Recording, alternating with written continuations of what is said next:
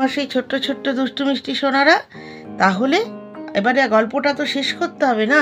তারপরে আলাউদ্দিন তো সেই রাজার থেকে, সুলতানের থেকে ছাড়া পেল 40 দিনের জন্য। তারপরে সে তখন চোখে মুখে অন্ধকার দেখছে, সে তো বুঝেই পারছে না কি করবে। তখন সে তার হাতের আংটিটার কথা মনে পড়ল। আংটিটাতে তো ঘষা দিলে আর একটা দৈত্য আসে। তখন সে হাতের আংটিটা ঘষা দিতেই সেই আর একটা দৈত্য এসে হাজির। হুকুম করুন হুজুর। তখন বলল, হ্যাঁ তুমি কোথায় ছিলে? আমার বউ, আমার বাড়ি সব তুলে নিয়ে চলে গেছে, তোমার তাকে খুঁজে বার করে দিতেই হবে।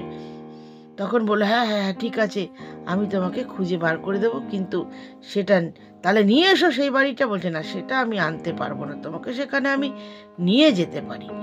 তারপরে যাই হোক, ওই দৈত্য তাকে আফ্রিকার সেই মরক্কো শহরে তাকে নিয়ে গেল।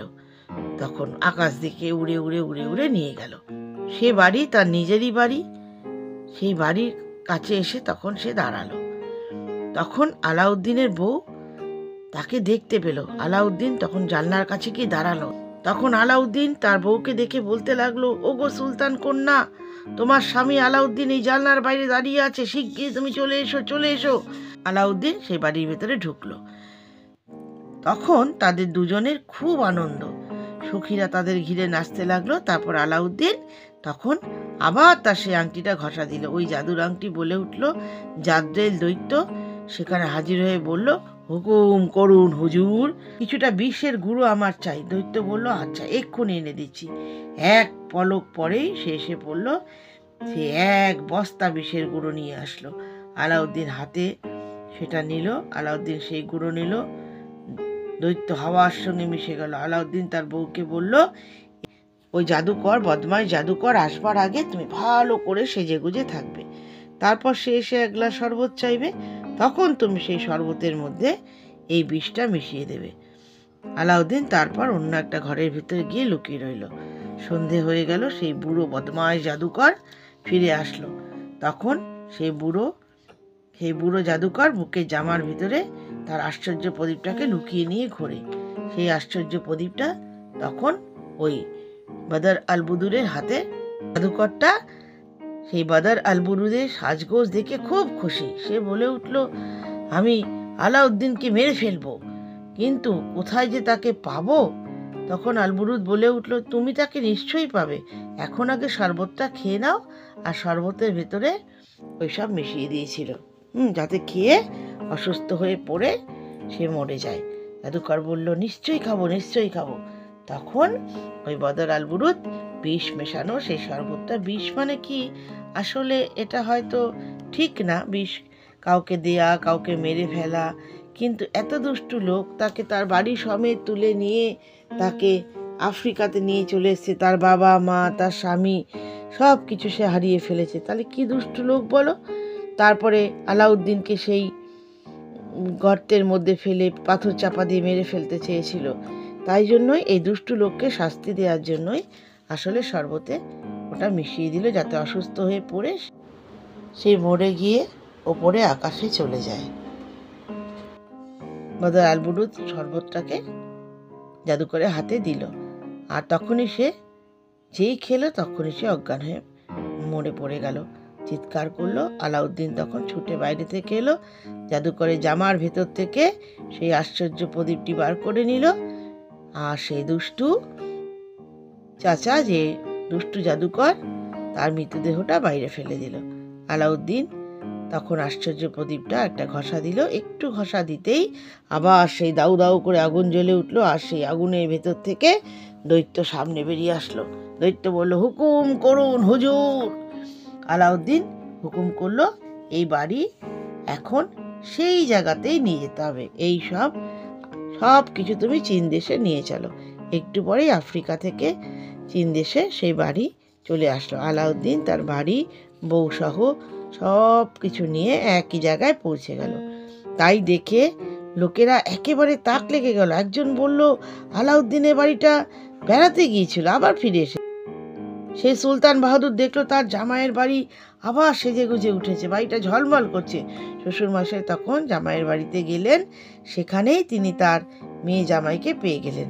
আর সেই দুষ্টু জাদুকর যার জন্য সব কিছু হলো, তিনি তখন একদম আকাশে চলে গেলেন, তিনি তখন মরে গেলেন। তারপর খুব বড় একটা খাওয়া দাওয়ার আয়োজন হলো।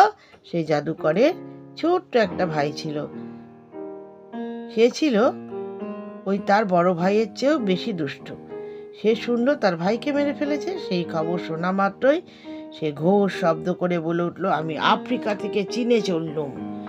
সে তখনই এক লাফ দিয়ে আকাশে উঠল, মুখ দিয়ে আগুন বার করতে করতে করতে করতে চারিদিকে আগুন ছড়াতে ছড়াতে ছুটে চলল আফ্রিকা থেকে চীন দেশে। জাদুকরটা চীনের রাজধানীতে পৌঁছে গেল। সেই শহরে ফতেমা নামে একটা বুড়ি ছিল। সে লোকটা নানা রকম উপকার করত। তখন জাদুকরটি একদিন রাত্রে সেই ফতেমাকে মেরে ফেলল। তারপর তার পোশাক নিজেই পরে নিল আর ফতেমা সেজে নিল। সেই মিথ্যে ফতেমা একদিন আবার আলাউদ্দিনের বাড়িতে গিয়ে উপস্থিত হলো। আলাউদ্দিন তখন বাড়িতে ছিল না। ফতেমার বেশে সেজে এসে জাদুকর আলাউদ্দিনের বউ বাদার আল বুলুদের সাথে সে দেখা করলো, একটা মেয়ে সেজে। সেই বাড়ির এক দাসী বলল, ওগো, আমি এক সন্ন্যাসী। আলাউদ্দিন তো খুবই ভালো ছেলে, তার বউও খুব ভালো, আমি কি তাদের সঙ্গে একটু দেখা করতে পারবো গো? দাসী তখনই সুলতানের মেয়ের কাছে সেই বুড়িকে নিয়ে গেল। সন্ন্যাসিনী তাকে কথা বলতে লাগলো। আলাউদ্দিনের বউ তখন ছুটে এলো। তখন সুলতানের মেয়েকে সে খুব আশীর্বাদ করতে থাকলো। একটা দুষ্টু মতলব নিয়ে এসেছে। সুলতানের মেয়ে সেই ফাঁকিবাজটাকে বাড়ির ভিতর নিয়ে গেল, ভালো ভালো জিনিস খেতে দিল, পেট ভরে ফল মিষ্টি সব খাওয়ালো। ওগো আলাউদ্দিনের ঘরের আলো করা বউ, তোমার এই ঘর তো খুব সাজানো গোছানো। এই ঘরে যদি একটা রকমারি ডিম ঝোলানো থাকতো তাহলে এই ঘরটা আরো চমৎকার হতো। সুলতানের মেয়ে খুব আগ্রহের সঙ্গে বলল, রকমারি ডিম আবার কোথায় পাওয়া যায় সাধুমা? সে ফতেমাকে খুশি হয়ে আরো ভেতরে নিজের ঘরে নিয়ে গেল। আলাউদ্দিন সেদিন সেই বনে গিয়েছিল বড় বড় ব্যাঙ মারতে।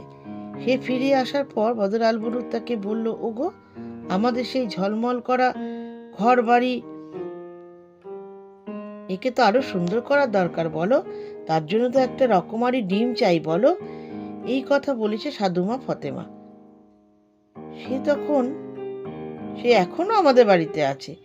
সেই ডিম শিগগিরই সে জোগাড় করবে, তা না হলে আমি আর ভাত খাবো না আজকে। আলাউদ্দিন বলে উঠল, রকমারি পাখির ডিম চাই, আমি নিশ্চয়ই জোগাড় করব।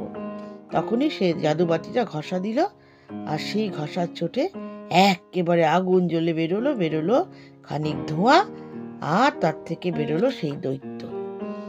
সে তার পা দুটো এরকম ফাঁক করে দাঁড়ালো, বলে উঠল, হুজুর, কি চাই? বলল, রকমারি পাখির ডিম চাই। বলল আলাউদ্দিন, রকমারি পাখির ডিম চাই? বজ্রনাথে সে বলে উঠল, দৈত্য, অন্য কেউ এই কথা বললে এখনই তাকে আমি খুব শাস্তি দিতুম। এই বুদ্ধি তাকে কে দিয়েছে জানো? তোমার বউকে এই বুদ্ধি দিয়েছে তোমার সেই শত্রু, সেই শয়তান জাদুকরের ছোট ভাই। কিন্তু কেন এই রকম হলো তা সে মোটেও বুঝতে পারল না। সে তার গায়ের জামার ভিতরে একটা ভীষণ ধারালো ছোরা লুকিয়ে রেখেছিল। সে ঠিক করেছিল ওই ছোরাটা মেরে সে আলাউদ্দিনকে মেরে ফেলবে।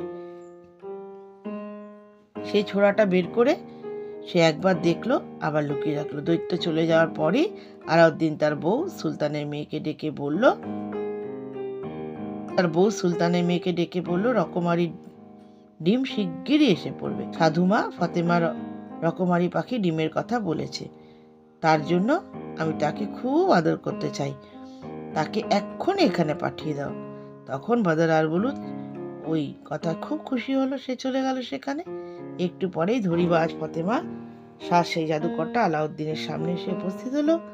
আর তখনই সে তার ভীষণ বড় সেই ছুরিটা বার করলো, আলাউদ্দিনকে খুন করতে তেড়ে এলো। কিন্তু আলাউদ্দিন তার সেই ছুরিটা যেই টেনেছে তখনই সে বুঝতে পেরে গেছে। তখন সে কি করলো, সেই জাদুকরের ভাইয়ের গায়ে বসিয়ে দিল। সে আর্তনাদ করে চিৎকার করে উঠল, তারপর মারা গেলেন। আলাউদ্দিন তখন হলো সেই দেশের সুলতান।